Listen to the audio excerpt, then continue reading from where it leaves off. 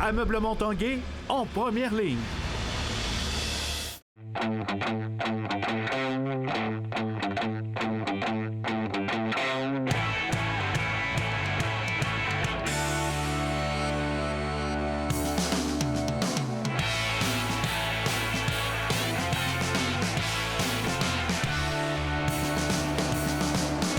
Bonne année 2020 à tous et bienvenue à l'Esprit sportif. Aujourd'hui, en ce lundi, on présente un reportage sur une nouvelle équipe de hockey collégial Division 2 au Cégep Limoilou. Également, on revient sur les faits saillants de la dernière année 2019 dans le monde du sport à Québec. Mais d'abord, au hockey junior majeur, c'était la fin des périodes des transactions aujourd'hui à midi et les Remparts de Québec ont fait leur bilan.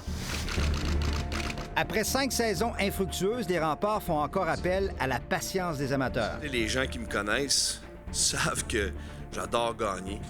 Mais où je pense que je surprends beaucoup de gens, c'est au niveau de mon ego. Un ego qu'il laisse de côté, assure-t-il. D'accepter de vivre des moments plus difficiles, puis de me dire que de croire en l'avenir de notre équipe. Puis je sais tantôt qu'on va mettre beaucoup de monde dans l'aréna.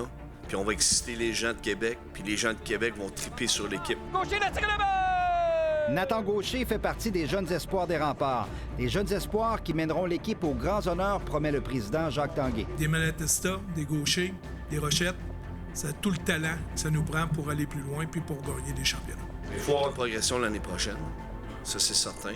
Puis dans 2 ans puis 3 ans, il faut être une équipe dominante. Ce point de presse aura également permis à la direction de faire un mea culpa sur les résultats moyens des 5 dernières années. Depuis 2015, on a marché sur une carte de crédit au niveau des choix de pêchage. On a eu l'opportunité de se rebâtir par des échanges. Malheureusement, ça n'a pas donné les résultats escomptés. Et il y a aussi la situation des joueurs étrangers qui sera surveillée. Déjà, on sait que le Russe Sergeyev ne sera pas de retour et il est fort peu probable que le Japonais Yu Sato soit dans l'uniforme des Remparts la saison prochaine. Sato qui coupe au filet, vers le 10 devant le but. Yu ne répond pas aux attentes qu'on s'est données. Alors, on va lui donner quand même jusqu'à la fin de la saison. C'est certain que de la façon dont les choses vont présentement, il ne sera pas de retour l'année prochaine. Patrick Roy, qui fonctionne sans contrat avec les Remparts, jure ne pas avoir perdu sa passion d'amener les Remparts à un autre niveau. Ma relation avec Jacques est assez simple, elle n'est pas compliquée. Puis tant que Jacques va vouloir de moi, je vais être là. Puis je suis pas venu ici pour frapper un coup de circuit en partant. J'espère juste de frapper un grand chelem. Un grand chelem que les amateurs attendent encore. Stéphane Turcot, TVA Sport, à Québec. Et rappelons en terminant que les Remparts de Québec disputeront leur prochaine rencontre ce jeudi soir, ici au Centre Vidéotron, alors qu'ils accueilleront l'Océanique de Rimouski. Maintenant, 2019 nous a quittés il y a quelques jours seulement. Pour une dernière fois, faisons le bilan des événements sportifs de l'année. Le moment fort de l'année, Alex Harvey l'a presque scénarisé sur les plaines en mars. Faire un podium comme ça chez moi, c'est incroyable. À ses dernières courses en carrière, il réussit 2 podiums devant parents et amis. Une autre athlète de glisse s'est aussi illustrée. Laurie Blouin, the X Games rookie, taking a goal. Laurie Blouin a remporté les X Games au Big Air à Aspen. S'il y avait un titre de recrue de l'année dans le sport à Québec, ça reviendrait au boxeur de 20 ans, Lexon Mathieu. À ses débuts professionnels en 2019, 8 combats, 8 victoires et des jeunes ceintures jeunesse. Félix Auger-Aliassime grimpe jusqu'au 19e rang mondial à 19 ans seulement. Le tournoi Pee-Wee fêtait ses 60 ans et les vedettes ont défilé. Guy Lafleur, Marcel Dionne, Raymond Bourque, Vincent Lecavalier, mais surtout les frères Henson. En avril, au Capitole, la Ligue de hockey junior majeur du Québec dévoile le meilleur joueur de ses 50 ans d'histoire. Et l'honneur revient à Guy Lafleur des Remparts qui devance Mario Lemieux, qui refuse presque d'y croire et fait rire la foule. Qu'est-ce que ça vous fait d'être numéro 1? Je pense qu'ils se sont trompés. Les Remparts ont encore fait du surplace en 2019. Pour une 4e année de suite, ils ont été éliminés au premier tour des séries. Patrick Roy aura toutefos été divertissant avec une prise de bec épique avec un arbitre et déclaration savoureuse. On a un calendrier de marde. Un calendrier de marde. Le dernier repêchage avait lieu au Centre Vidéotron avec en prime le premier choix provenant des Chevaliers de Lévis. Joshua Roy. Joshua Roy. Près du Centre Vidéotron, l'œuvre des Stachny est dévoilée. avec un regard suspect de Peter. Montmagny recevait la Coupe Stanley à la fin juillet, défilé monstre pour Samuel Blais, les champions, les Blues de Saint-Louis. Baseball, les Capitales connaissent leur pire saison de leur histoire et changent de ligue. Bonjour et bienvenue à la Frontier League, à nos amis du Québec. La Ligue Frontier en 2020. Et au baseball junior, les Diamants de Québec sont champions et ça se termine sur une souricière. Des champions, on passe aux championnes. Les filles du Rouge et Or rugby décrochent un premier titre canadien. Laval Rouge et Or, your national gold medalist. Et la famille du Rouge et Or est en deuil en 2019 alors qu'on apprend le décès d'Elder Duarte, un pionnier du soccer dans la région de Québec. Les Remparts rendent aussi hommage au regretté Maurice Filion lors d'une cérémonie au Centre Vidéotron. En vélo, pas moins de 50 000 personnes défilent au Mont-Sainte-Anne pour le championnat du monde de vélo de montagne. Pour une deuxième année de suite, l'Australien Michael Matthews remporte le Grand Prix de Québec et Jimmy Pelletier de Québec traverse le Canada en vélo à main. De la grande visite à l'automne, les champions de la NBA. Les Raptors de Toronto sont au PEPS pour le début de leur camp d'entraînement. Visite à l'hôpital et match intra-équipe comblent les amateurs.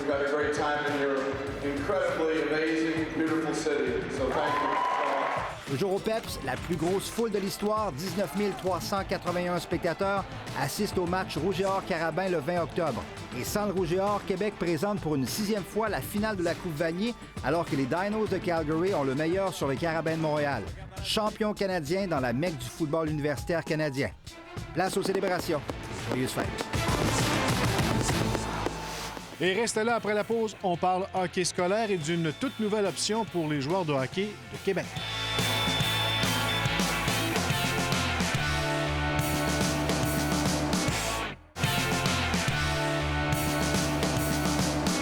Parlons à nouveau de hockey alors que le RSEQ a annoncé récemment la création d'une toute nouvelle ligue de hockey collégial masculine.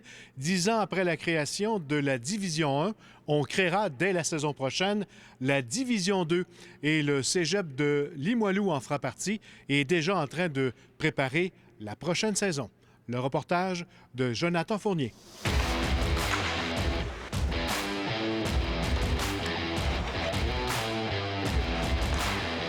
Pascal, bienvenue à l'Esprit sportif. Merci d'être là.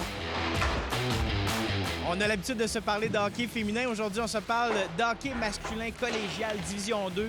Une nouvelle équipe pour le Cégep Limoilou. Oui, vraiment, on est super fiers de ça. C'est un super beau projet qu'on attendait que le RSEQ mette de l'avant une nouvelle ligue de Division 2 qui va débuter à l'automne prochain. Fait que là, on est contre la montre. Là. Ça va vraiment vite de penser mettre en place une équipe. Là.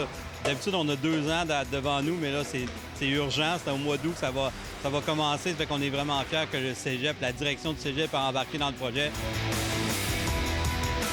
On a ressenti un besoin, il y avait de la demande pour ce calibre-là? Bien, si on regarde, là, on parle tout le temps du secteur, nous autres qui nous touchent, là, en bas du Québec, la région de Québec, Ancienne-Lorette, Beaupré, Beauport, Charlebourg, là, le nombre de programmes scolaires, quand on s'est mis à faire la liste, là, on n'en revenait pas. Il y avait quelque chose comme 12 à 15 équipes de calibre secondaire 4-5. Là. Puis ces jeunes-là n'ont pas de sortie collégiale. Fait qu'on voyait un immense bassin qui ne touchait pas au D1 de la région de Québec. Fait qu'on voyait vraiment, là, les jeunes, ils vont avoir une belle porte de sortie avec le Cégep Limoilou. Il y avait tellement de jeunes qui sortaient du secondaire 5, par exemple, en ayant fait un cheminement uniquement en hockey scolaire. Et finalement, les gars n'avaient pas trop d'opportunités. On sait qu'il existe quand même la Division 1, mais c'est quand même assez fort comme calibre. Donc, les gars, souvent, se retrouvaient sans trop d'options, mis à part le hockey civil. Puis le hockey civil, bien, évidemment, avec le hockey scolaire, là, la qualité d'encadrement, puis tout, là, je pense que c'est des pratiques le jour, toutes des commodités là, que les jeunes sont habitués. Puis, je pense qu'ils vont pouvoir poursuivre là, dans ce veine-là.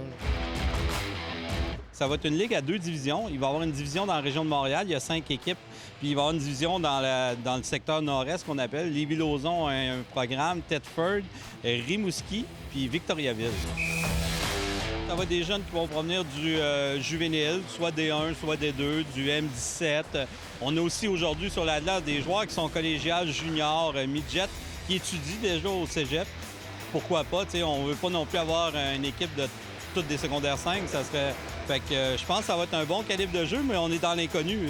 Moi, le monde me pose des questions, je suis tellement accroché au hockey féminin que je vais découvrir ça avec le groupe d'entraîneurs, ça va être le fun. Tout le réseau scolaire là, du RSEQ, de la LHPS qui vont venir jouer chez nous. Après ça, évidemment, le hockey civil, parce qu'il faut savoir qu'on peut aller chercher des joueurs midget 2A, junior 2A aussi, parce que même si le joueur est plus vieux, on peut jouer jusqu'à 22 ans là, dans notre équipe. Donc, quelqu'un qui voudrait faire un retour aux études ou peu importe. Là.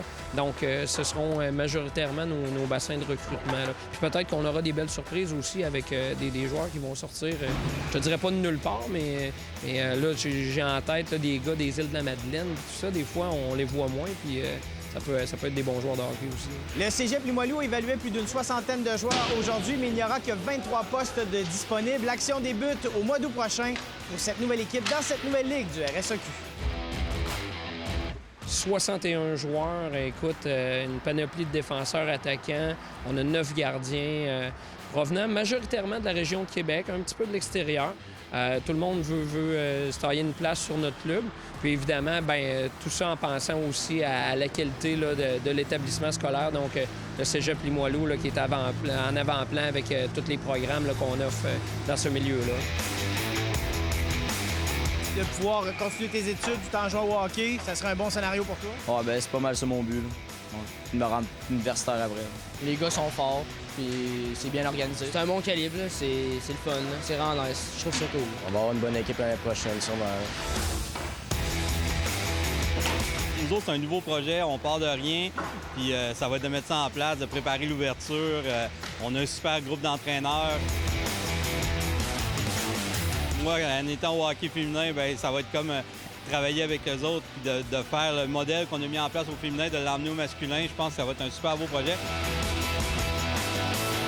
Mais c'est ça qui est trippant, une nouvelle équipe à Limoilou là, qui va embarquer dans notre famille de tous les sports. Bon succès au nouveau Titan, merci. Merci beaucoup d'être là.